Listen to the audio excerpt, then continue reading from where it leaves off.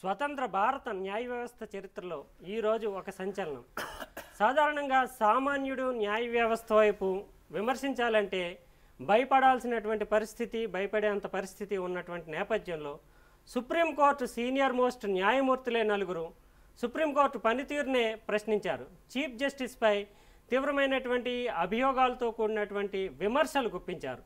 అసలు సుప్రీంకోర్టు పనితీరు ఎలా ఉంది, అసలు దీనివల్ల వీరు లేవనెత్తినటువంటి అంశాల వల్ల పారదర్శకత ఏర్పడుతుందా, లేకపోతే సామాన్యుడిలో న్యాయ వ్యవస్థ పనితీరుపై సందేహాలు, అనుమానాలు నెలకొంటాయా, అసలు భారత న్యాయ వ్యవస్థ ఏ తీరులో నడుస్తుంది, రావాల్సిన మార్పులు ఏంటి, ఈ పరిణామాల యొక్క పర్యవసానాలు ఏ రకంగా ఉండబోతున్నాయి తెలుసుకునేటటువంటి ప్రయత్నం చేద్దాం. మనతో 40 సంవత్సరాల పాటు న్యాయ వ్యవస్థకి సేవలు అందించినటువంటి న్యాయశాస్త్ర నిపుణులు జస్టిస్ చంద్రకుమార్ ఉన్నారు. సీనియర్ న్యాయవాది సురేష్ గారు మనతో ఉన్నారు. నమస్తే సార్. సార్, ఈరోజు జరిగినటువంటి పరిణామాల్ని ఒక తిరుగుబాటుగా న్యాయ వ్యవస్థలో అంతర్గతంగా దీర్ఘకాలంగా కొనసాగుతున్నటువంటి అసంతృప్తి, అసమ్మతికి ఒక ప్రతీకగా చూడాల్సి ఉంటుందా? తిరుగుబాటు అనేటటువంటి పదాలు సరి అయినటువంటి ఒక పదం కాదు. నా దృష్టిలో ఏంటంటే, ఇప్పుడు ఒక ట్యూమర్ అనేది ఏర్పడ్డప్పుడు, లేదా ఒక ఆపరేషన్ చేయాల్సినటువంటి పరిస్థితి ఏర్పడ్డప్పుడు ఆపరేషన్ చేయడం అనేటటువంటిది తిరుగుబాటు ఎట్లా అవుతుంది? తిరుగుబాటు ఎంత మాత్రం కాదు. తిరుగుబాటు అనేటువంటి ఒక పదం అనేటువంటిది సరి అయినటువంటిది కాదు. అంటే న్యాయ వ్యవస్థను ప్రక్షాళన చేయడం లోపల వీళ్ళు కాస్త ముందుకు వచ్చేసి వేరే గత్యంతరం లేకుండా ఈ విధంగా ఓపెన్గా రావడం అనేది జరిగింది. అంటే న్యాయ వ్యవస్థ మీద ఇప్పుడు సామాన్యుడికి, అంటే న్యాయ వ్యవస్థ ఏం చెప్పినప్పటికీ కూడా ఒక నమ్మకం, విశ్వాసం అనేది ఉంది.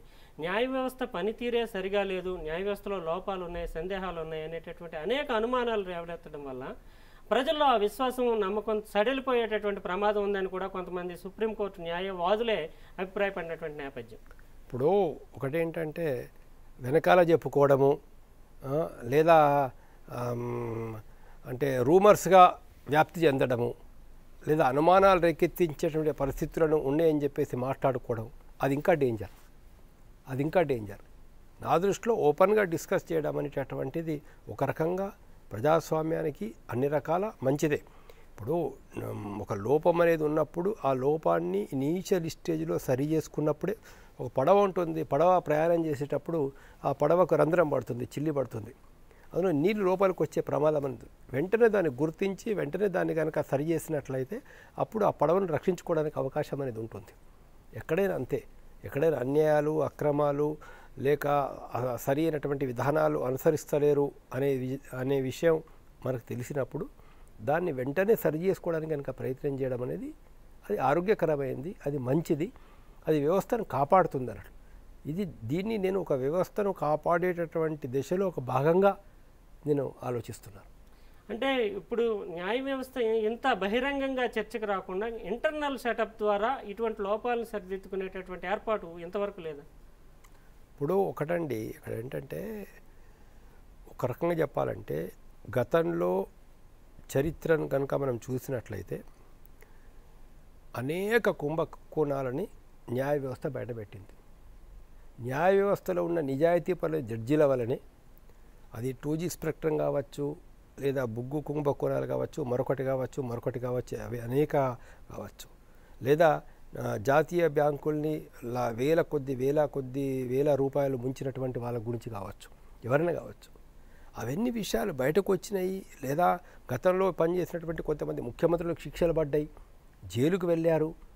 ఇవాళ కోటాను కోట్లు సంపాదించి ఎంతో పలుకుబడి ఉన్నటువంటి వాళ్ళు కూడా జైలుకు వెళ్ళారంటే అదంతా న్యాయ వ్యవస్థకు గొప్పతనం. అంటే న్యాయ వ్యవస్థలో ఉండేటటువంటి నిజాయితీ పరులైనటువంటి జడ్జీల యొక్క కృషి వల్ల, పట్టుదల వల్ల, వాళ్ళ యొక్క నిజాయితీ వల్ల ఇవన్నీ జరిగినటువంటి పరిణామాలు. ఇవన్నీ న్యాయ వ్యవస్థ యొక్క ప్రెస్టేజ్ను పెంచుతూ వచ్చినాయి.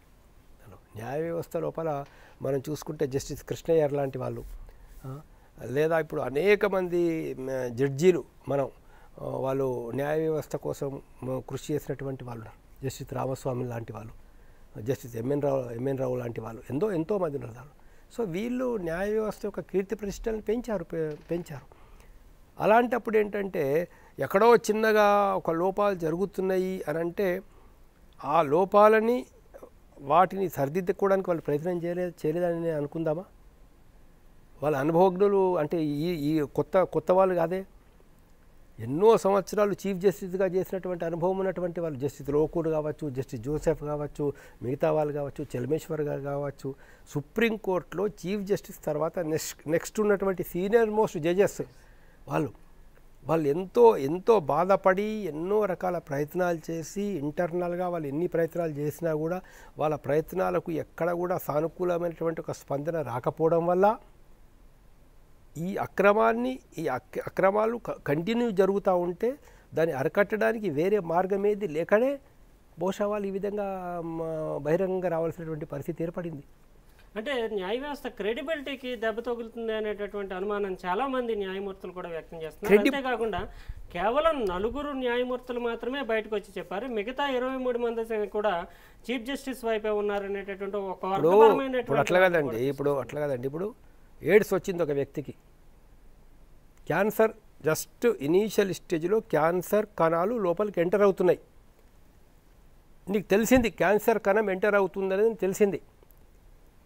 ఇది క్యాన్సర్ వచ్చింది తనకి, డయాగ్నోస్టిక్ రిపోర్ట్ ఇట్లా ఉంది, ట్రీట్మెంట్ తీసుకోయా బాబు అని చెప్పి చెప్తే ఆయన ట్రీట్మెంట్ తీసుకోకపోతే దాన్ని బహిరంగంగా ఈయన ముట్టుకు, ఇప్పుడు ఎయిడ్స్ ఉందనుకోండి, ఆయన రక్తం ఇంకొకళ్ళు కనుక వచ్చినట్లయితే కంటామినేషన్ జరిగే అవకాశం ఉంది. కాబట్టి ప్రికాషన్స్ తీసుకోవద్దా, కాపాడుకోవద్దా, వ్యవస్థను కాపాడద్దా, జ్యుడిషియరీని కాపాడద్దా, ఇవాళ న్యాయ వ్యవస్థను కాపాడద్దా, కాపాడే ప్రక్రియలో ఇది ఒక భాగం అంతే. దీనివల్ల ప్రెస్టేజ్ దెబ్బతింటుందని కనుక ఎవరైనా సుప్రీంకోర్టు న్యాయవాదులు కానీ మరెవరైనా భావిస్తే అదేంటంటే లోపల అల్సర్లు పెట్టుకొని, లోపల విషక్రిములు పెట్టుకొని బయటకు మట్టుకేతుందో ఒక మంచి ఫోజు పెట్టుకుంటూ ఉంటే సరిపోయిందా? దానివల్ల ఇంకా రోగం ఎక్కువైపోతుంది. దానివల్ల మొత్తం పడవనే నీవుడు మునిగిపోయే పరిస్థితి ఏర్పడుతుంది. దానికి బదులు ఆ డిఫెక్ట్ను గుర్తించి దాన్ని సరి చేయడానికి వాళ్ళు ఇప్పుడు చీఫ్ జస్టిస్కు లెటర్ రాశారు. వీళ్ళు 4 జడ్జెస్ కలిసి జాయింట్గా కలిసి ఒక లెటర్ రాశారు చీఫ్ జస్టిస్ గారికి. మరి దీని మీద ఏం యాక్షన్ తీసుకున్నారు? దీని మీద యాక్షన్ తీసుకోలేదు. కాబట్టే వాళ్ళు చేయాల్సినటువంటి అన్ని ప్రయత్నాలు చేసిన తర్వాతనే బహుశా నా ఉద్దేశం లోపల ఈ చివరికి గత్యంతరలేని పరిస్థితి లోపల ఈ స్టెప్ తీసుకోవాల్సి వచ్చింది. జస్టిస్ మదన్ లోకూర్ కావచ్చు, జస్టిస్ చెల్మేశ్వర్ గారు కావచ్చు, జస్టిస్ లోకూర్ గారు కావచ్చు, జస్టిస్ జోసెఫ్ గారు కావచ్చు, వీళ్ళందరూ కూడా ఎన్నో రోజుల నుంచి వ్యక్తిగతంగా మేము వాళ్ళని దగ్గర నుంచి చూసేటటువంటి అవకాశం మాకు ఉండే. వాళ్ళ నిజాయితీ, వాళ్ళ దేశభక్తి, వాళ్ళ నాలెడ్జ్, వాళ్ళ ఇంటిగ్రిటీ పట్ల మాకు ఎలాంటి ఎవరికి కానీ భారతదేశంలో నా దృష్టి లోపల ఈ 4 జడ్జెస్ మీద కించిత్ అనుమానం ఉన్న వాళ్ళు కూడా ఎవరు లేరు నా దృష్టి లోపల. సురేష్ గారు, మీరు ఈ పరిణామాన్ని ఎలా చూస్తారు? న్యాయవాదుల కోణం నుంచి, న్యాయవాదులే కాదండి, ప్రజల కోణం నుంచి కూడా ఇది మంచి పరిణామం అనే చెప్పాలి. ఇది ఒక తప్పనిసరి పరిణామము.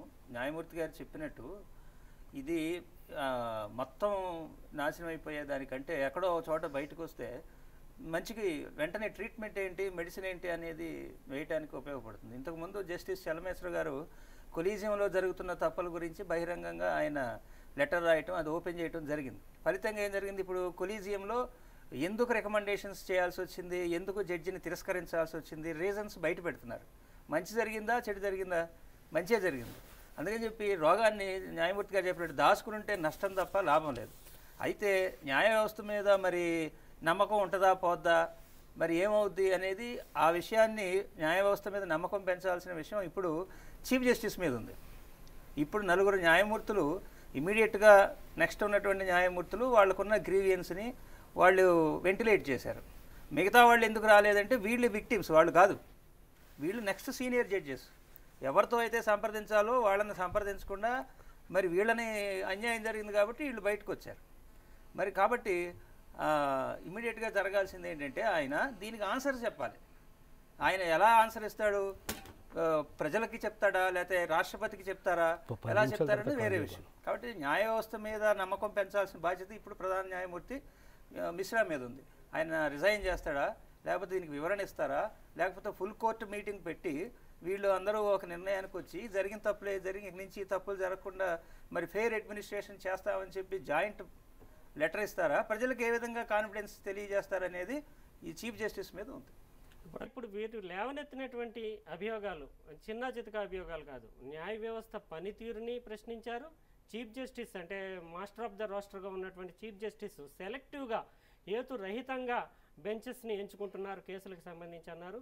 కొలిజియం పనితీరుని ప్రశ్నించారు. తర్వాత మెడికల్ కౌన్సిల్ ఆఫ్ ఇండియా పనితీరుకు సంబంధించి కొన్ని కేసులకి ప్రస్తావన చేశారు. తర్వాత ఒక రకంగా చెప్పాలంటే చీఫ్ జస్టిస్ అధికారాన్ని సైతం వారు ప్రశ్నించినట్లుగా కనిపిస్తుంది. ఎందుకంటే chief justice is number 1 among the equals, nothing more nothing less అన్నారంటే ఒక రకంగా చెప్పాలంటే ఇది కేవలం ట్రెడిషన్ మాత్రమే తప్ప ఆయనకి ఏం ప్రత్యేక అధికారాలు లేవంటూ ఒక ధిక్కారమైనటువంటి ధోరణిని కూడా కనబరిచినట్లుగా మనకు కనిపిస్తుంది.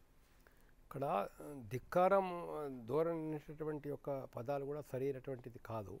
అసలు వాస్తవంగా చెప్పాలంటే ఏంటంటే చీఫ్ జస్టిస్ మిగతా జడ్జెస్ అందరూ కూడా ఈక్వల్సే.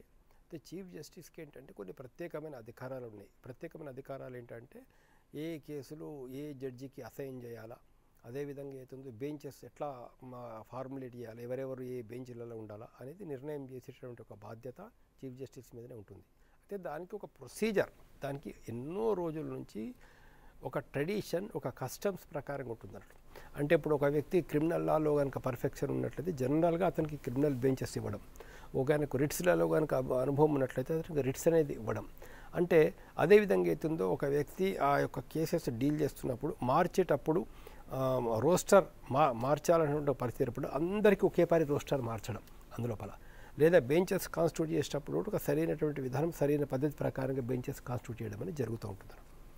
కానీ ఎవరో ఒక చీఫ్ జస్టిస్ ఒక విఐపి చాలా వెరీ ఇంపార్టెంట్ పర్సన్ యొక్క సంబంధించిన కేసులు ఒకరి దగ్గరకు వస్తున్నాయి, ఆయన దగ్గరకు వస్తే ఆ జడ్జి గారు ఎలా తీర్పు చెప్తారో ఏంటో, రేపులారి ఆ విఐపికి అనుకూలంగా తీర్పు చెప్తారో చెప్పారో అనేటువంటి ఉద్దేశం చేత ఆ జస్టిస్ దగ్గర నుంచి ఉన్నటువంటి రోస్టర్ని మార్చేసి ఆ కేసుల్ని తనకు నచ్చినటువంటి వాళ్ళు తనకు అనుకూలంగా ఉండేటటువంటి ఒక జడ్జీల దగ్గరికి పంపించే పరిస్థితి కనుక ఉత్పన్నమైతే మరి అంతకంటే ఘోరమేమి ఉంటుంది. అధికారం ఉంది కరెక్టే, చీఫ్ జస్టిస్ గారికి రోస్టర్ మార్చే అధికారం ఉంది. కేసులు కూడా పోస్టింగ్ జడ్జీలని ఏ జడ్జి దగ్గరికి ఏ కేసు రావాలనేది నిర్ణయం చేసే అధికారం ఆయనకు ఉన్నది. కానీ అది ఏ టైంలో చేస్తున్నారు, ఏ కేసు విషయంలో ఇప్పుడు చేస్తున్నారు, ఎలా చేస్తున్నారు అనేది చాలా ఇంపార్టెంట్. అందరికీ 4 నెలల తర్వాత అందరికీ ఒకటే పని మార్చారు అందులో ఓకే, దాని ఇబ్బంది ఏముంది. లేదా వాళ్ళ అనుభవాలను దృష్టిలోపల పెట్టుకొని వాళ్ళ వర్క్ని దృష్టిలోపల పెట్టుకొని మార్చుతున్నారు, ఓకే బాగుంది. అంటే బెంచెస్ కూడా అట్లా కాన్స్టిట్యూట్ చేస్తున్నారు, బాగుంది. అంటే బెంచెస్ కాన్స్టిట్యూట్ చేసేటప్పుడు కానీ కేసులు అసైన్ చేసేటప్పుడు కానీ పూర్తి న్యాయబద్ధతతో కనుక చేసినట్లయితే, ఎలాంటి పక్షపాతం లేకుండా అంటే సరి అయినటువంటి విధానంగా కనుక చేసినట్లయితే ఎవరికి అసలు మాట్లాడడానికి అవకాశమే లేదు అక్కడ. కానీ ఫర్ ఎగ్జాంపుల్ బెయిల్ మ్యాటర్స్ ఉన్నాయి అనుకోండి, దానిలో ఈ బెయిల్ మ్యాటర్స్ కనుక ఫలానా జడ్జి గారి దగ్గరకు వస్తే బెయిల్ వచ్చే అవకాశం ఉంది, ఫలానా జడ్జి గారు వింటే డిస్మిస్ అయ్యే అవకాశం ఉంది, కాబట్టి ఫలానా వాళ్ళకి నీకు అనుకూలంగా ఉండాలి అని అంటే ఈ బెయిల్ సిస్టమ్స్ని ఫస్ట్ ఈ జడ్జి దగ్గరికి వెళ్ళి తీసేసి ఇంకో జడ్జి దగ్గరికి వెయ్యాలా, ఆ కేసుల కోసం కనుక చేసే పరిస్థితి ఉత్పన్నమైతే ఇక న్యాయ వ్యవస్థ మీద ఎవరికి నమ్మకం ఉంటుందండి? పూర్తి అన్యాయం జరిగినట్లే. పూర్తిగా అక్కడ ఏంటంటే అది ఆ విషయాలు బయట ఓపెన్గా చెప్పలేదు కానీ బయట తెలిసింది, అప్పుడు న్యాయ వ్యవస్థ ప్రతిష్ట ఇంకా దిగజారిపోతుంది, మరింత దిగజారిపోయేటువంటి ప్రమాదం ఉంటుంది అక్కడ. జడ్జి ఒక న్యాయమూర్తి అంటే ఎలాంటి పక్షపాతానికి లొంగకుండా, ఎలాంటి భయానికి గురి కాకుండా, భయం లేకుండా, పక్షపాతం లేకుండా పూర్తిగా నిబద్ధతతో వాస్తవం ఏంటి, సత్యం ఏంటి, న్యాయం ఏంటి అని చెప్పేసి ఆలోచించి ఆ విధంగా తీర్పు చెప్పడమే ఒక న్యాయమూర్తి యొక్క ధర్మము, న్యాయమూర్తి యొక్క కర్తవ్యం. అట్లనే చీఫ్ జస్టిస్ గారు కూడా అలాంటి జడ్జీలకు ఇంపార్టెంట్ మ్యాటర్స్ ఎవరెవరికి అసైన్మెంట్ చేయాలనే విషయం లోపల కూడా పూర్తి నిబద్ధతతో కనుక చేసినట్లయితే మంచి బాగా ఎక్కువ డిస్పోజల్ చేస్తున్నారు తను వాళ్ళకు ఇంపార్టెంట్ వర్క్ అసైన్మెంట్ చేయండి అలా ఉంటుంది. కానీ వర్క్ అసైన్మెంట్ చేసేటప్పుడు పక్షపాతంతో చేస్తే దాని అధికారం దాన్ని ఛాలెంజ్ చేయకూడదనంటే అట్లా. ఒక ప్రాక్టీసింగ్ లాయర్గా ఈ కేసు అంటే ఈ అభియోగాల తీవ్రతను మీరు ఎలా చూస్తారు? ఇప్పుడు ఇది అభియోగాల తీవ్రత అంటే అడ్మినిస్ట్రేటివ్ లాలో 2 ప్రిన్సిపల్స్ ఉన్నాయి. ఒకటేంటంటే అధికారం ఎక్కడుంటే రెస్పాన్సిబిలిటీ అక్కడ ఉంటుంది. అలాగే ఎంత ఉన్నతమైన స్థానానికి వెళ్తే అంత ఎక్కువ రెస్పాన్సిబిలిటీ ఉంటుంది. ఈ రెండింటిని ఆ పొజిషన్లో ఉన్న వాళ్ళు మెయింటైన్ చేయాలి. అవి మెయింటైన్ చేయనప్పుడు అధికారం విచక్షణారహితంగా ఉపయోగించడం కోర్టులు ఒప్పుకోవు. ఈ న్యాయ వ్యవస్థలే ఇప్పుడు అధికారులకు ఇచ్చినటువంటి కలెక్టర్లు కానివ్వండి, ఐఏఎస్ ఆఫీసర్లు, ఎగ్జిక్యూటివ్ ఉన్నారు కదా, వాళ్ళకి కొన్ని డిస్క్రిషనరీ పవర్స్ ఉంటాయి. వాటిని ఎలా పెడితే అలా ఉపయోగించడానికి వీల్లేదు. దానికి ఒక సౌండ్ ప్రిన్సిపల్స్ ఆఫ్ లా, న్యాయ సూత్రాలు ఉంటాయి, వాటి ప్రకారం పోవాలి. చట్టాలు, గైడ్ లైన్స్ వాటి ప్రకారం పోవాలి. మరి అలాంటి వాళ్ళు న్యాయమూర్తి గారు చెప్పినట్లు మరి మాకు అధికారం ఉందని దుర్వినియోగం చేయకూడదు. పర్టికులర్గా ఇక్కడ జరిగింది ఏంటంటే, వాళ్ళ గ్రీవియన్స్ ఏంటంటే, ఫార్ రీచింగ్ కాన్సిక్వెన్సెస్ ఉన్న కేసుల్ని సెలెక్టివ్గా ఆఫ్ దేర్ ప్రిఫరెన్స్, ఆ ప్రిఫరెన్స్ ప్రకారం సెలెక్టివ్గా ఏదైతే ఇంపార్టెంట్ కేసులు ఉన్నాయో వాటిని సెలెక్టివ్గా వాళ్ళ ప్రిఫరెన్స్, వాళ్ళ ఛాయిస్ ప్రకారం ఇస్తున్నారు అనేది ఎలిగేషన్. అది చాలా సీరియస్, చాలా సీరియస్ ఎలిగేషన్. ఇప్పుడు ఒక క్లయింట్ కనుక నా కేసు ఫలానా న్యాయమూర్తి దగ్గరే రావాలి, అట్లా వస్తే నాకు ఆర్డర్ వస్తుందని దానికోసం ప్రయత్నాలు చేశాడు అనుకోండి. అసలు ఇదివరకు అయితే కొంత ఒక న్యాయమూర్తులు అయితే ఆ కేసుకు సంబంధించిన ఛాయామాత్రమైన ప్రస్తావన తమకి కుటుంబాలు కానీ సన్నిహితులు కానీ సంబంధం ఉన్న నాట్ బిఫోర్ మీ అని చెప్పి పక్కన పెట్టేసేటటువంటి పరిస్థితి, అంటే న్యాయ ప్రమాణాలు కాపాడ్డారు. ఇప్పుడు మరి ఇది దాన్ని ఫోరం షాపింగ్ అంటారు. అంటే ఒక క్లయింట్ కనుక నేను నా కేసు ఈ జడ్జి గారి దగ్గరికి రావాలి అని ఈ నాట్ బిఫోర్ని ఉపయోగించుకున్నారనుకోండి, అది ఫారం షాపింగు, అది తప్పు. నీకే ఫారంలో కావాలో ఆ ఫారం ఎంచుకోవడం తప్పు అని కోర్టులు, న్యాయమూర్తులు, సుప్రీంకోర్టు న్యాయ వ్యవస్థలే చాలాసార్లు చెప్పినాయి.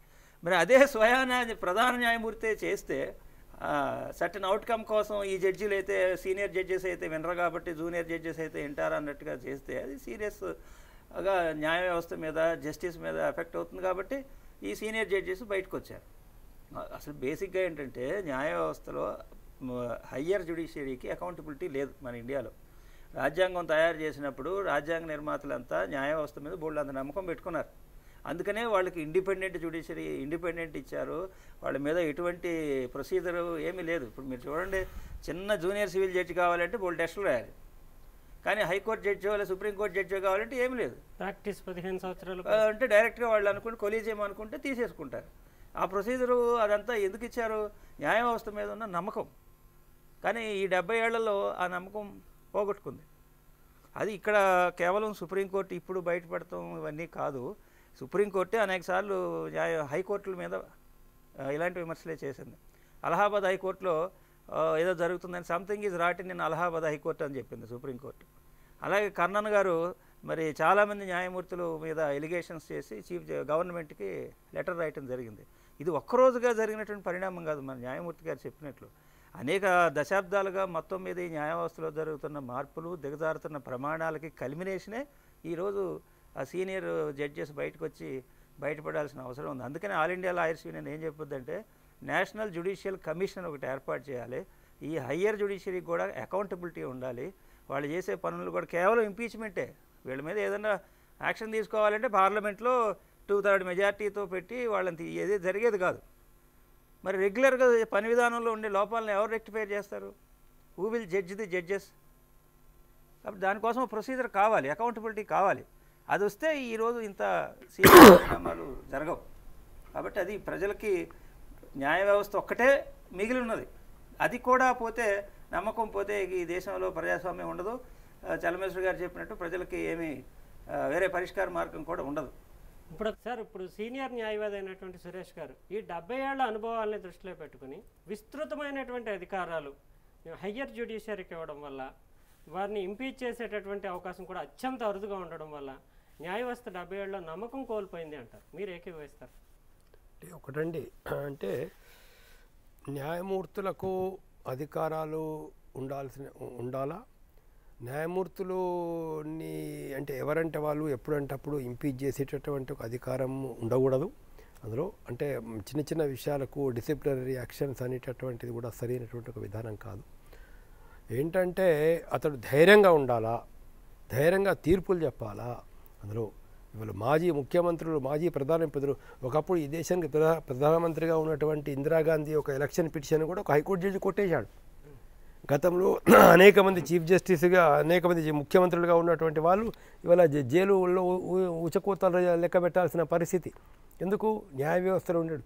అలాంటప్పుడు మళ్ళీ వాళ్ళ నీ మీద చీటికి మాటికి మనం ఏదో వాళ్ళ మీద డిసిప్లినరీ యాక్షన్ తీసుకోవడానికి వేరే వాళ్ళకి అవకాశాలు కనుక ఇచ్చినట్లయితే న్యాయ వ్యవస్థ యొక్క ఔన్నత్యం దెబ్బతింటుంది, న్యాయమూర్తుల యొక్క మనోధైర్యం కూడా దెబ్బతింటుంది. అయితే అంత మాత్రం చేత న్యాయమూర్తులు తప్పు చేస్తే వాళ్ళని న్యాయమూర్తులు తప్పు చేస్తే శిక్షించకూడదనేటువంటి ఒక ఉద్దేశం కాదు. మీరు వాచ్ పెట్టండి, తర్వాత ఏదో ఎంక్వైరీ చేయండి, మొత్తం వివరాలు సేకరించండి.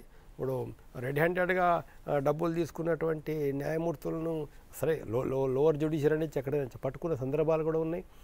ఈవెన్ హైకోర్టు జడ్జెస్లలో కూడా జరిగినటువంటి సందర్భంగా మీరు ఎంక్వైరీ చేసి విచారణ చేసి ఆరోపణలు కనుక రుజువైతే వాళ్ళ మీద చర్య తీసుకోవద్దని చెప్పేసి ఎవరు అంటలేరు.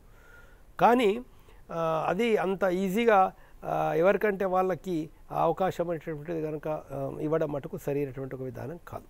దాని లోపల ఇక్కడ మనం ఏంటంటే న్యాయమూర్తి రేపు మన కేంద్రంలో ఉండేటటువంటి ఒక మంత్రి మీద ఒక ఆరోపణలు వచ్చినా ధైర్యంగా తీర్పు చెప్పగలిగినటువంటి ఒక దమ్ము సాహసం ఆ న్యాయమూర్తికి ఉండాలి.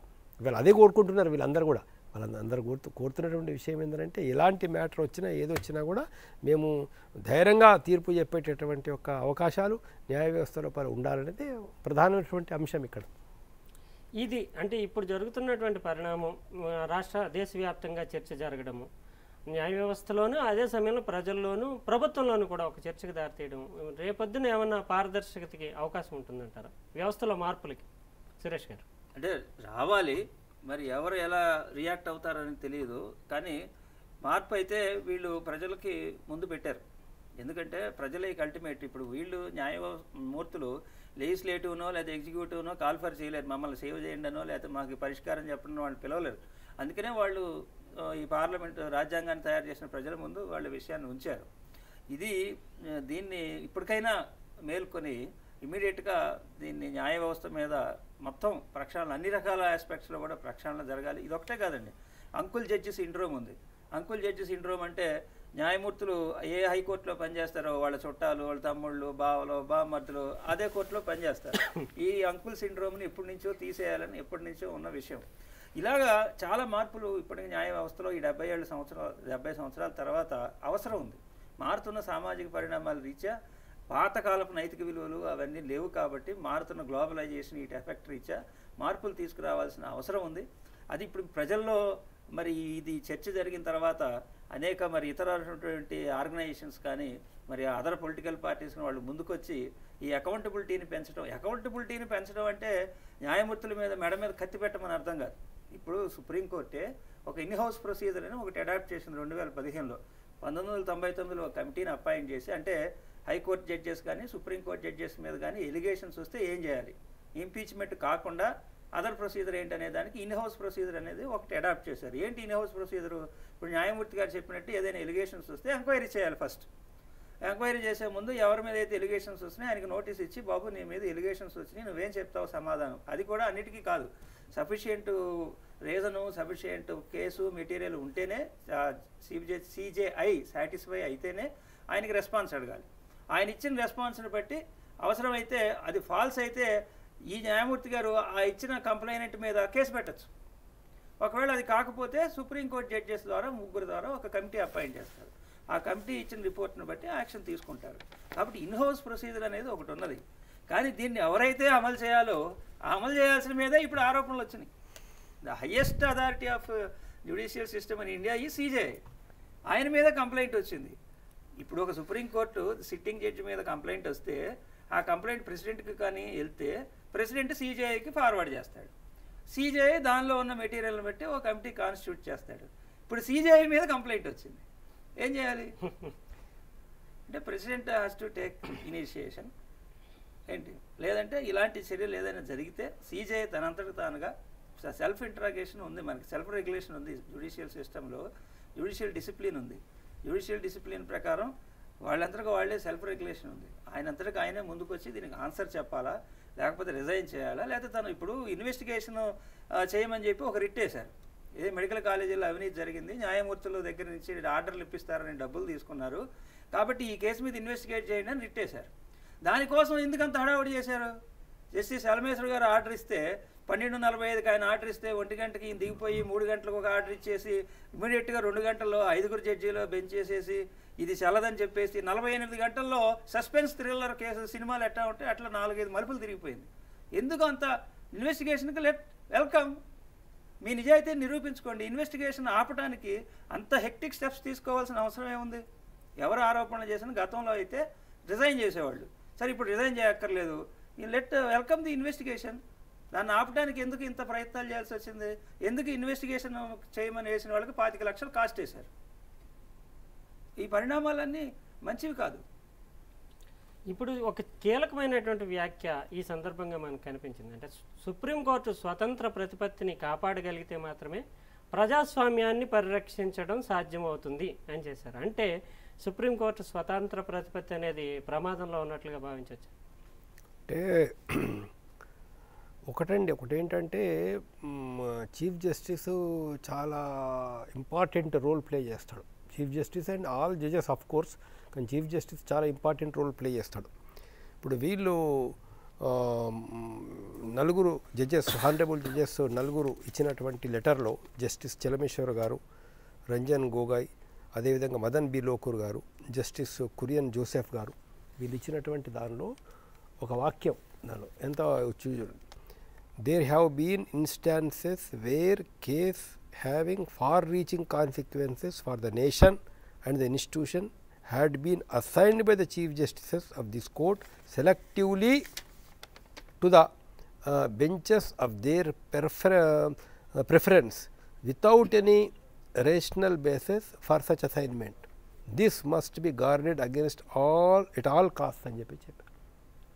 అంటే ఏంటంటే చాలా ప్రాధాన్యత కలిగినటువంటి కేసులు ఏదైతే దేశం మొత్తం మీద ప్రభావం చూపించేటువంటి అవకాశం ఉన్నటువంటి ఒక కేసులు, అదేవిధంగా సుప్రీంకోర్టు యొక్క అంటే ఇన్స్టిట్యూషన్ మీద కూడా ప్రభావం చూపించేటువంటి కేసులు, అలాంటి కేసుల్ని చీఫ్ జస్టిస్ గారు సెలెక్టివ్గా, చీఫ్ జస్టిసెస్ ఒక్కడని కూడా పదం వాళ్ళే ప్రధాన న్యాయమూర్తులుగా ఉన్నటువంటి వాళ్ళు సెలెక్టివ్గా కొంతమందికి తమకు ఈ కేసు ఫలానా వాళ్ళు చేయాలనే విధంగా సెలెక్టివ్గా ఇచ్చారు అనేటటువంటి ఒక ఆరోపణ చేయడం జరిగింది.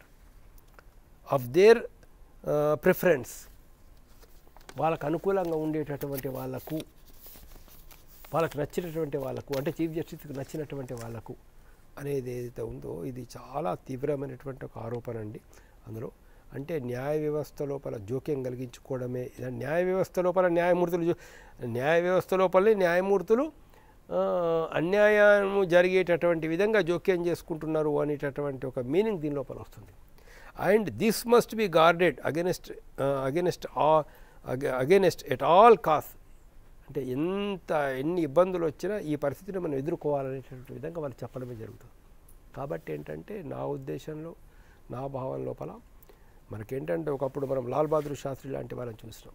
ఎక్కడో వచ్చిన రైల్వే యాక్సిడెంట్ జరిగితే ఆయన రాజీనామా చేయడం అనేది జరిగింది. ఇవాళ అలాంటి ఒక స్టేచర్ మెయింటైన్ చేసినటువంటి వాళ్ళు మన దేశం లోపల ఉన్నటువంటి ఒక పరిస్థితి. సరే, ఎమర్జెన్సీలో కూడా ఇలాంటి ఒక పరిస్థితులు ఏర్పడ్డప్పుడు నలుగురు చీఫ్ జస్టిస్లు రాజీనామా చేయాల్సినటువంటి పరిస్థితి ఆ టైం లోపల ఏర్పడింది. అప్పుడు సీనియర్ మోస్ట్ను ఒక సీనియారిటీని కాదని చీఫ్ జస్టిస్గా నియమించేటువంటి పరిస్థితులు ఉత్పన్నమైనప్పుడు, ఇవాళ నా ఉద్దేశంలో అందులో ప్రధాన న్యాయమూర్తి గారు కనుక ఆయన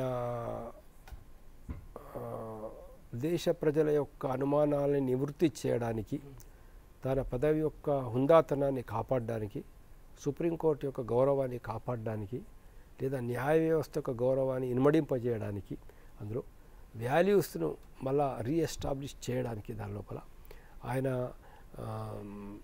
తప్పుకోవడం అనేటటువంటిది సరి అయినటువంటి విధానం అంటారు. ఆయన అక్కడే ఉండి ఎంక్వైరీ చేయాలా, విచారణ చేయాలంటే అది జరిగేటటువంటి పని కాదు నా దృష్టిలో కూడా. ఆయన రిజైన్ చేయడం, లేదా ఏదైతే ఉందో ఆయన రిజిగ్నేషన్ లెటరు రాష్ట్రపతికి పంపించడం, రాష్ట్రపతి గారు ఆ రిజిగ్నేషన్ అబెన్స్ లోపల పెట్టి అందులోపల వెంటనే రికార్డ్స్ అన్నిటిని క్షుణ్ణంగా అందరి సమక్షం లోపల ఓపెన్గా మొత్తం ఇదివరకు కేసులు ఏమున్నాయి, ఏ కేసులు ఎవరికి అసైన్మెంట్ చేసినారు, ఏ బెంచ్కి అసైన్ చేసినారు, ఏ పరిస్థితిలో మార్చడం జరిగింది, ఏ రోజు ఏ తేదీలో ఆ సమయము సందర్భము మార్చడం అనేటటువంటి దానిలో ఉద్దేశాలు అనేటువంటిది సరైన ఉద్దేశం ప్రకారం చేసినారా, సరైన ఉద్దేశం లేకుండా దురుద్దేశంతో చేయడం అనేది జరిగిందా అనేటటువంటి ఒక దేశ ప్రజల అనుమానాల నివృత్తి కనుక చేయడం అనేటటువంటిది న్యాయ వ్యవస్థను కాపాడడానికి చాలా అత్యవసరమైనటువంటి విషయం. విజయ్ గారు రిజైన్ చేయడం అనేది నా దృష్టి లోపల న్యాయమైనటువంటి. సురేష్ గారు, ఇది న్యాయ వ్యవస్థలో ఇప్పుడు జరిగిన పరిణామం బయటకు వచ్చింది కేవలం టిప్ ఆఫ్ ద ఐస్బర్గ్. చాలా అనేక లోపాలు హైకోర్టుల స్థాయిలో సుప్రీంకోర్టు స్థాయిలో జరుగుతున్నాయి. అయితే ఇంతవరకు బయటికి రావట్లేదు. కంటెంప్ట్ ఆఫ్ కోర్టు ఇతరత్ర అనేక రకాలైనటువంటి కారణాల వల్ల ఎవరు గొంతెత్తట్లేదు అనేటటువంటి ఒక విమర్శ ఉంది. దీన్ని మీరు ఎలా చూస్తారు? వాస్తవం అండి అది. ఎందుకంటే ఇందాక కొన్ని ఉదాహరణలు చెప్పుకున్నాం. అనేక హైకోర్టుల్లో కొన్ని తప్పులు జరుగుతున్నాయి, జడ్జీల యొక్క ఇంటిగ్రిటీ మీద కంప్లైంట్స్ వస్తున్నాయని స్వయంగా సుప్రీంకోర్టు సిట్టింగ్ జడ్జెస్ వాళ్ళ జడ్జిమెంట్స్లో అబ్జర్వ్ చేశారు. అలాగే న్యాయమూర్తులు ఒక set of code of conduct follow అవ్వాలి, కొన్ని వాల్యూస్ ఫాలో అవ్వాలని వాళ్ళకి అనేకమైనటువంటి గైడ్లైన్స్ ఉన్నాయి. మరి ఈ గత అనేక రీసెంట్ ఉన్నటువంటి దశాబ్దాల్లో ఈ మార్పులు అంటే క్రమంగా నైతిక విలువలు పడిపోతున్నాయి అనే విషయం తెలిసినప్పుడు సో న్యాయ వ్యవస్థ స్వతంత్రంగా దీని మీద యాక్షన్ తీసుకోవాల్సిన అవసరం ఉంది. అందుకనే 2015లో ఇన్హౌస్ ప్రొసీజర్ అనే దాన్ని అడాప్ట్ చేశారు. యాక్చువల్గా ఇది ఎప్పుడు 1999లో ఒక 5 జడ్జీలతో కాన్స్టిట్యూట్ చేసింది. 2015లో దీన్ని నోటిఫై చేశారు. ఎందుకని? ఈ ఆరోపణలు ఎక్కువ అవుతున్నాయి కాబట్టి, మరి దీన్ని అన్చెక్డ్గా వదిలిపెడితే మీరు అన్నటువంటి ప్రమాదాలే వస్తాయి కాబట్టి ఈ ఇన్హౌస్ ప్రొసీజర్ని అడాప్ట్ చేశారు. కానీ దీన్ని చాలా తక్కువ సమయాల్లో మాత్రమే ఉపయోగించారు. మన హైకోర్టులో ఉన్న జడ్జిల మీద ఒకళ్ళిద్దరి మీద మన రీసెంట్గా ఆరోపణలు వచ్చినాయి, కానీ అలాంటప్పుడు కానీ లేకపోతే అనేక సందర్భాల్లో ఉపయోగించలేదు. అది కనుక ఏదైతే ఇన్హౌస్ ప్రొసీజర్ అనేది ఉందో దాన్ని ఉపయోగించి ఈ జరిగితే తప్పు జరిగిందని చెప్పాలి, లేకపోతే తప్పు జరగలేదని చెప్పాలి. ఎప్పుడైతే ఈ పారదర్శకతను పాటించారో ప్రజల మీద ఖచ్చితంగా న్యాయ వ్యవస్థ మీద విశ్వాసం పెరుగుతుంది. డైరెక్ట్గా సుప్రీంకోర్టు జడ్జి ముందు సీనియర్ న్యాయవాదులు ఒకళ్ళిద్దరు గతంలో పనిచేసిన న్యాయమూర్తుల్లో అనేక మంది అవినీతి పరులు ఉన్నారని చెప్పారు ఓపెన్ కోర్టులో. మరి అలాంటి ఓపెన్ స్టేట్మెంట్లు ఇచ్చినప్పుడు ఎటువంటి యాక్షన్ తీసుకోలేదు. సిట్టింగ్ సీజేఐల మీద లేకపోతే రిటైర్డ్ సీజేఐల మీద ఎలిగేషన్స్ వచ్చినాయి. మరి ప్రజలకి న్యాయ వ్యవస్థ మీద విశ్వాసం పెంచాలంటే ఇలాంటి విషయాలలో ఖచ్చితంగా తప్పు జరిగితే తప్పు జరిగినట్టు చెప్పాలి. ఇంకొకటి ఏంటంటే న్యాయమూర్తులు రిటైర్ అయిన తర్వాత వీళ్ళకి ఏ పదవులు ఇవ్వడానికి గవర్నమెంట్ ఇంటర్ఫియరెన్స్ తగ్గించడానికి కొన్ని స్టెప్స్ తీసుకోవాలి. ఇప్పుడు న్యాయమూర్తిగా రిటైర్ అయిన వాళ్ళు కొన్ని చోట్ల గవర్నర్గా ఉన్నారు, కొన్ని చోట్ల వేరే పోస్టులు వస్తున్నాయి. అంటే ఏమిటి? గవర్నమెంట్ నెక్స్ట్ లింక్ ఉన్నది, గవర్నమెంట్ వీళ్ళ భవిష్యత్తుకు సంబంధించి చర్య తీసుకోవాల్సింది. దీని మీద కూడా అనేక మంది సీనియర్ వర్మగారు లాంటి వాళ్ళు వీళ్ళు కొన్ని రికమెండేషన్స్ చేశారు. ఎటువంటి పదవులు ఏమీ ఉండటానికి వీల్లేదు, ఏదైనా ఉంటే సర్వీసులు ఉపయోగించుకోవాల్సిందే తప్ప ఈ ర్యాపో ఉండకూడదు అని చెప్పారు. కాబట్టి ఇలాంటి కొన్ని చర్యలు తీసుకుంటే ఖచ్చితంగా మన న్యాయ వ్యవస్థకు ఉన్నంత గొప్ప పేరు గతంలో ఇప్పుడు హెచ్ఆర్ కన్నా గారు లాంటి న్యాయమూర్తిని తీసుకుంటే చాలా ఓపెన్గా డిసెంట్ ఇచ్చారు. అప్పట్లో గవర్నమెంట్కి ఫుల్ ఎగ్జిక్యూటివ్ పవర్కి ఫుల్ పవర్ ఉండేది. ఏ న్యాయమూర్తి కూడా ధైర్యం చేసి ఈ చట్టం తప్పని చెప్పే పరిస్థితి లేదు. కానీ హెచ్ఆర్ కన్నా గారు ఓపెన్గా ఏడిఎం జబల్పూర్ కేసులో ఇది తప్పు, ఈ యాక్ట్ తప్పు, ఇది రాజ్యాంగాన్ని వైలేట్ చేస్తుందని ఆయన అసమ్మతి జడ్జిమెంట్ ఇచ్చాడు. ఫలితంగా ఆయనకి పదవి పోయింది, కావాల్సిన చీఫ్ జస్టిస్ పోస్ట్ రాలా. అలాగా మరి విఆర్ కృష్ణ కానీ లేకపోతే ఇంకా అనేక మంది చాలా మన న్యాయ వ్యవస్థ ప్రతిష్టను పెంచారు. ఇప్పుడు అనేక సుప్రీంకోర్టు జడ్జిమెంట్ల వల్లనే ఈరోజు ప్రజలకు అనేక సంక్షేమ పథకాలు అందుతున్నాయి. సుప్రీంకోర్టు ఉండి కొన్ని తీర్పులు వచ్చినాయి కాబట్టి ప్రజలు కనీసం ఈ మాత్రమైనా న్యాయం పొందుతున్నారు. లేకపోతే ఏ గవర్నమెంట్ కూడా సోషల్ వెల్ఫేర్ స్కీమ్స్ని సాంఘిక సంక్షేమ పథకాలు ఇంత పెద్ద ఎత్తున చేయలే. సమాచార హక్కు చట్టం కానివ్వండి, అనేక చట్టాలు కానివ్వండి, ట్రాన్స్పరెన్సీ కానివ్వండి, ఎన్నికల వ్యవస్థల సంస్కరణలు కానివ్వండి, కాలుష్యం కానివ్వండి, జీవించే హక్కు కానివ్వండి, వీటన్నిటి మీద సుప్రీంకోర్టు ఇంటర్ఫియరెన్స్ వల్లే ఈరోజు ప్రజలు కొంతమైనా స్వేచ్ఛగా బతకగలుగుతున్నారు. మరి ఆ రెప్యుటేషన్ ఇలాగే ఉండాలి అంటే ఈ న్యాయ వ్యవస్థలో కూడా ఈ సంస్కరణలు తీసుకురావాలి. అకౌంటబిలిటీ ప్రధానంగా పెంచాలి. హయ్యర్ జ్యుడిషియరీలో అకౌంటబిలిటీ పెంచాలి. అది పెంచినట్టయితే ఖచ్చితంగా this is the best judicial system of the world అవుతుంది. సార్, ఇప్పుడు మనకి పాశ్చాత్య దేశాలు కానీ అమెరికా ఇతరత్ర దేశాల్లో న్యాయమూర్తుల్ని కూడా విమర్శించేందుకు వారు ఇచ్చేటటువంటి తీర్పుల్ని ఎవరైనా ప్రజలు కానీ మీడియా వ్యవస్థలు కానీ కొంత అంటే విశ్లేషణ చేసుకునేందుకు అవకాశం ఉంది. మన దేశంలో మాత్రం తీర్పుకి విమర్శించవచ్చు కానీ ఉద్దేశాలను ఆపాదించకూడదు. దీనివల్ల కొంత విస్తృతమైనటువంటి అధికారాలు, కంటెంప్ట్ అనేటటువంటి ఒక ప్రొవిజన్, వీటిని అనుభవించడం వల్ల కూడా న్యాయ వ్యవస్థ తన తప్పుని, తన తప్పు కాదు, తనకి మీరు అన్నారు కదా ట్యూమర్, ఈ ట్యూమర్ పెరిగిపోవడానికి అవకాశం ఏర్పడింది అనేటటువంటి విమర్శ. అంటే అక్కడ రెండు విషయాలు ఉన్నాయనండి. ఏంటంటే అనవసరమైనటువంటి ఇప్పుడు ఒక జడ్జి తీర్పులు చెప్పేటప్పుడు ఇద్దరికి అనుకూలంగా ఎప్పుడు చెప్పలేడు. అలా ఖచ్చితంగా అతనికి ఏది న్యాయం అనుకుంటాడో కదా ఒక తీర్పు చెప్తాడు. తీర్పు చెప్పినప్పుడు ప్రతి అగ్రీడ్ పార్టీ ఈ జడ్జిమెంట్ ఏదో ఉద్దేశాలతో చెప్పాడు అనేటటువంటి విధంగా కనుక ఉంటే ఏ జడ్జి ఏ తీర్పు చెప్పలేడు. చాలా కఠినమైనటువంటి పరిస్థితులు ఏర్పడతాయి అన్నట్టు. అలా కాదు, ఏంటంటే నిజంగానే కనుక జడ్జి ఇప్పుడు దీని అప్పీల్ ఉంటుంది. ఒక జడ్జి ఒక జిల్లా కోర్టులో ఒక తీర్పు చెప్తే హైకోర్టులో ఉంటుంది, హైకోర్టులో తీర్పు చెప్తే దానికి సుప్రీంకోర్టుకి వెళ్తుంది. దీన్ని కరెక్ట్ చేసుకోవడానికి ప్రొసీజరల్గా ఉన్నాయి, అక్కడ పద్ధతులు ఉన్నాయి అందులో. కానీ అవినీతి ఆరోపణలు కనుక ఉన్నట్లయితే మటుకు ఖచ్చితంగా దాని మీద ఎంక్వైరీ చేయాల్సిందే. అవినీతి ఆరోపణలు కనుక రుజువైతే అలాంటి వాళ్ళని న్యాయమూర్తిగా కొనసాగించడానికి ఎంత మాత్రం వీల్లేదు. అట్లా సంపాదించిన ఆస్తులన్నీ కూడా జాతీయం చేయాలి. యాక్చువల్గా చెప్పాలంటే ఈ దేశంలో ప్రధానమైన లోపం ఏంటంటే అవినీతి పరులు అవినీతి చర్యల వల్ల సంపాదించినటువంటి ఆస్తుల్ని జప్తు చేయకపోవడం అనేది చాలా పెద్దగా జరుగుతున్నటువంటి లోపం నా దృష్టి లోపల. కొన్ని వేల కోట్లు, వందల కోట్లు, లక్షల కోట్లు సంపాదించినటువంటి వాడు కూడా అవినీతి వల్ల కోట్లాది రూపాయలు ఇవాళ వాడు ఉంచుకోగలుగుతున్నాడు. వాడు అనుకుంటాడు ఏంది ఒక 6 నెలలు జైల్లో వెళ్ళొస్తే ఇబ్బంది ఏముంది, ఒక సంవత్సరం జైలుకి వెళ్ళొస్తే ఏముంది, 100 కోట్లు నాకు ఉంటున్నాయి కదా అనుకుంటాడు. కాబట్టి వాళ్ళ ఆస్తుల్ని జప్తు చేయడం అనేటటువంటిది చాలా అటువంటి విధంగా ప్రివెన్షన్ ఆఫ్ కరప్షన్ యాక్ట్లో కానీ మిగతా యాక్ట్లలో కానీ తగినటువంటి ఒక మార్పులు చేయాలని మేము ఎన్నో రోజుల నుంచి చెప్తా ఉన్నాం. అందులోపల అనేక తీర్పుల్లో కూడా ఈ యొక్క ప్రస్తావన రావడం జరిగింది. దానికి సరైనటువంటి విధానం, సరైన ప్రొసీజర్, సరైనటువంటి ప్రొవిజన్స్ లేకపోవడం వల్ల కూడా ప్రధాన కారణం. కాబట్టి ఏంటంటే జడ్జీల యొక్క తీర్పుల్ని ఎవరంటే వాళ్ళు ఎక్కడంటే అక్కడ విమర్శించేటటువంటి అధికారం ఉండకూడదని నేను అనుకుంటున్నా. ఉండకూడదు దాని లోపల. కానీ జడ్జీలు కనుక అవినీతికి పాల్పడితే మట్టుకు అక్కడ మట్టుకు మనం ఎట్టి పరిస్థితుల్లోనూ ఎలాంటి మినహాయింపు లేకుండా ఖచ్చితంగా ఎంక్వైరీ చేసి అది రుజువైతే మటుకు ఖచ్చితంగా వాళ్ళని తొలగించాలా, వాళ్ళ మీద తగినటువంటి చర్య తీసుకోవాలి. అందులోపల ఇప్పుడు సర్వోన్నత న్యాయస్థానంలో ఉన్నటువంటి కొన్ని లూప్ హోల్స్ ఇప్పుడు బయటపడడం వల్ల పార్లమెంటు జోక్యానికి ఆస్కారం ఏర్పడేటటువంటి అవకాశం కూడా ఉంది కదా. ఒక్కటండి ఇక్కడ అంటే సర్వోన్నత న్యాయస్థానం లోపల లోపాలని కాదు అక్కడ. ఇక్కడ ఏంటంటే వ్యక్తులుగా చేసేటటువంటి పొరపాటే కానీ వ్యవస్థ లోపల ఉన్నటువంటి లోపాలని మేము అనుకోవడం లేదు, నేను అనుకోవడం లేదు. అప్పుడు వ్యవస్థ లోపల చిన్నగా ఉంటే అది ప్రొసీజరల్, అవి ఎప్పటికప్పుడు సెట్. ఇప్పుడు ఇందాక మన మిత్రులు సురేష్ గారు చెప్పినట్లు ఇన్హౌజ్ ఎంక్వైరీ చేసుకోవడము, అవన్నీ ఉన్నాయి పద్ధతులు. అంటే ఎక్కడిదక్కడ లోపాలు సవరించుకోవడానికి తగినటువంటి ప్రొసీజర్స్ ఉన్నాయి. లేదా ఇంకా ఒకటి తక్కువ ఉన్నాయంటే దాన్ని మనం చేసుకోవడానికి అవకాశం ఉంటుంది. వ్యవస్థలో లోపం లేదు ఇక్కడ. వ్యవస్థలో తప్పు కాదు, వ్యక్తులది తప్పు. ఆ అధికారం ఉన్నటువంటి వాడు తన అధికారాన్ని, తన పోస్టును, తన అధికారాలను న్యాయబద్ధంగా ఉపయోగిస్తున్నాడా, లేక తన అధికారాలను ఇంకెవరినో ప్లీజ్ చేయడానికి, ఇంకెవరో తన రాజకీయంగా ఉండేటటువంటి వాళ్ళని మెప్పించడానికి, లేదా మరేదో ఆశించి ఆయన అటువంటి నిర్ణయాలు చేస్తున్నాడా అనేది, అంటే అవినీతి చర్యకు పాల్పడుతున్నాడా అనేదే ముఖ్యమైన ఇష్యూ, ప్రధానమైన ఇష్యూ.